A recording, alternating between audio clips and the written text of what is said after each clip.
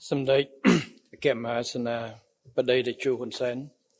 President of the Senate of Kingdom of Cambodia, Samdech Maharajapitika Thipadei, President of the National Assembly of the Kingdom of Cambodia and President of the 11 Iptp Plenary Sessions, Honorable Speakers of the House and Presidents of international organizations, distinguished guests, distinguished heads of delegations, esteemed participations, ladies and gentlemen. It is my great pleasure and honor to be with you all at the 11th plenary sessions of the International Parliament for Tolerance and Peace IPTP here in Phnom Penh to deliberate on such an important theme, a quest for peace, reconciliations, and tolerance. The gathering of this august body truly reflects the shared commitment of parliamentarians, politicians, and relevant stakeholders from all peace-loving nations to building a world of peace, tolerance, harmony, and prosperity. As the world faces numerous challenges arising from traditional and non-traditional security threats that have posed serious concern for global peace, stability, and development, hosting this event is a call to duty for Cambodia, and reaffirming our commitment to the aforementioned course is a call to duty for all parliamentarians as well as relevant stakeholders. As Samdech Hun Sen has wisely stated in the past, peace is the foundation on which all else is built. Without peace, there can be no development, no prosperity, no future. Without peace, there is no human rights and no developments as such. Cambodia's historical journey to peace has transformed our nations in the most unimaginable ways, thanks to the visionary win-win policy spearheaded by Samdech Hun Sen. Not only did this noble policy end decades of conflict, but it also laid the groundwork for national reconciliations and enduring stability. To this day, through its practical steps, starting with dialogue, trust, compromise, and inclusivity. I must say that the results are stunning. Our economy has consistently grown by more than 7% per year in recent decades before the COVID pandemic. Development gains have reached even the most remote rural area. And when we talk about economic growth, we are not just referring to textbook numbers, but we also want to refer to present day's reality, as you could witness in terms of improvements of people's livelihood and social well-being across the board. We are on track to effectively graduating from the least developed country status in 2029. Some key social indicators are real testament to our inclusive development. For instance, an increase in life expectancy from 59 years in 2000 to 76 years in 2021. The decrease of maternal mortality rate from 437 in 2000 to 154 in 2022 per 100,000 live births, and the drop of infant mortality rate from 37 in 2000 to 8 in 2022 per 1,000 live births. Cambodia stands as a living proof of peace transformative power, and we are keen to share this journey of hope to inspire and impart our experience with other countries in their quest for peace and reconciliations. Excellencies, ladies and gentlemen, Cambodia values peace as the cornerstone of our national resilience and rejuvenations. Peace has allowed us to invest in our peoples, our institution, and our future. Under my administrations, I have launched a comprehensive framework for growth, employment, equity, efficiency, and sustainability, entitled the Pentagon Strategy Phase 1. The strategy focuses on 5 key priorities, namely people, road, water, electricity, and technology. Through this strategy, we aim to protect and strengthen our hard-earned peace by creating opportunities for all citizens and supporting communities to strive together.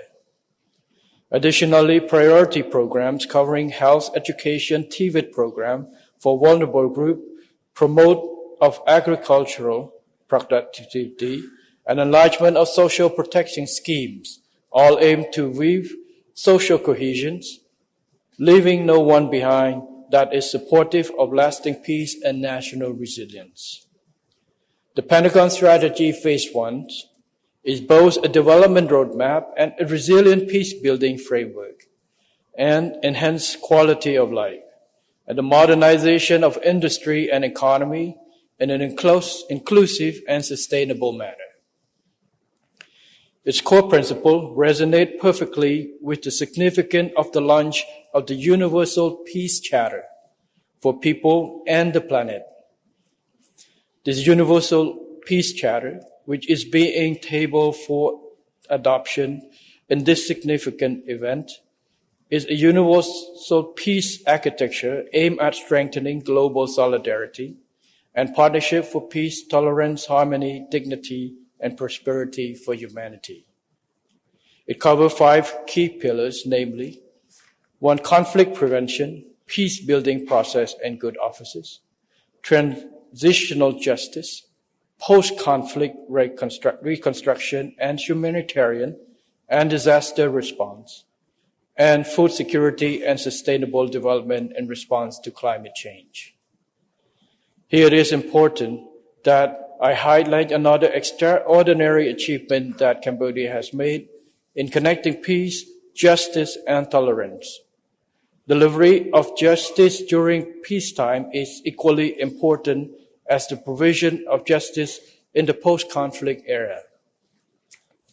The extraordinary chambers in the courts of Cambodia, the ECCC, or the Khmer Rouge Tribunal, had successfully concluded its criminal trial process to deliver justice to the dead and peace to survivors.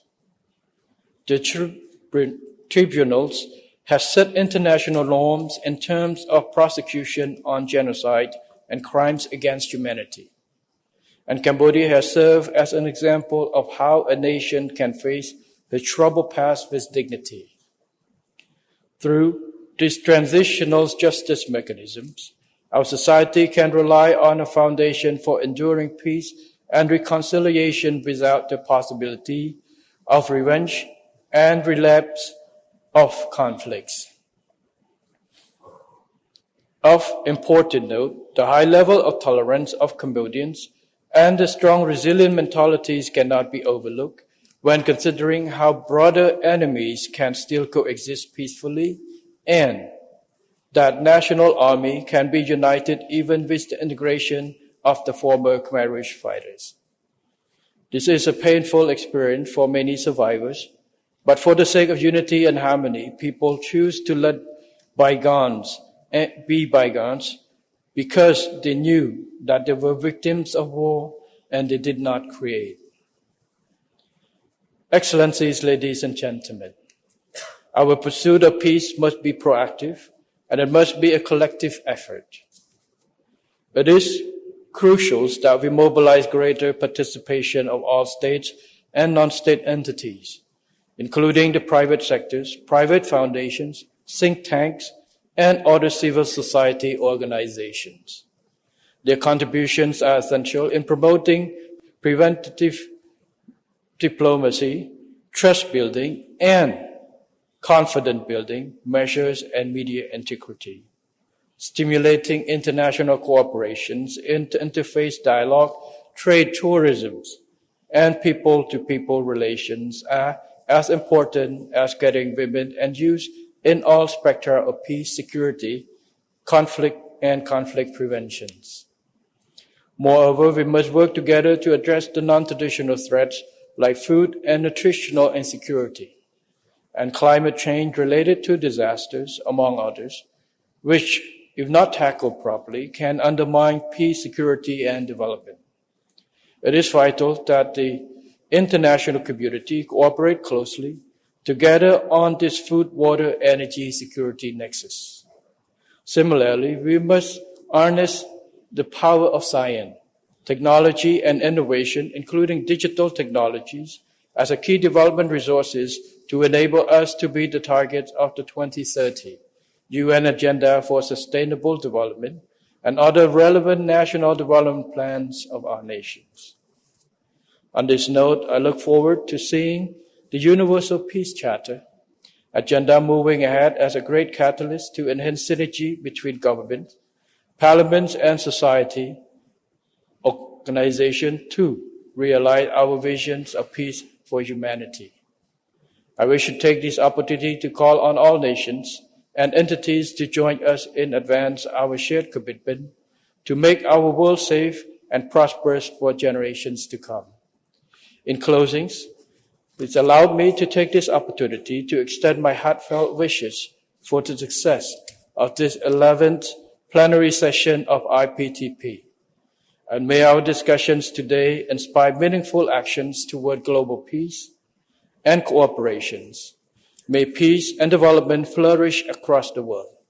I wish all greater success in all your noble endeavors. Thank you very much.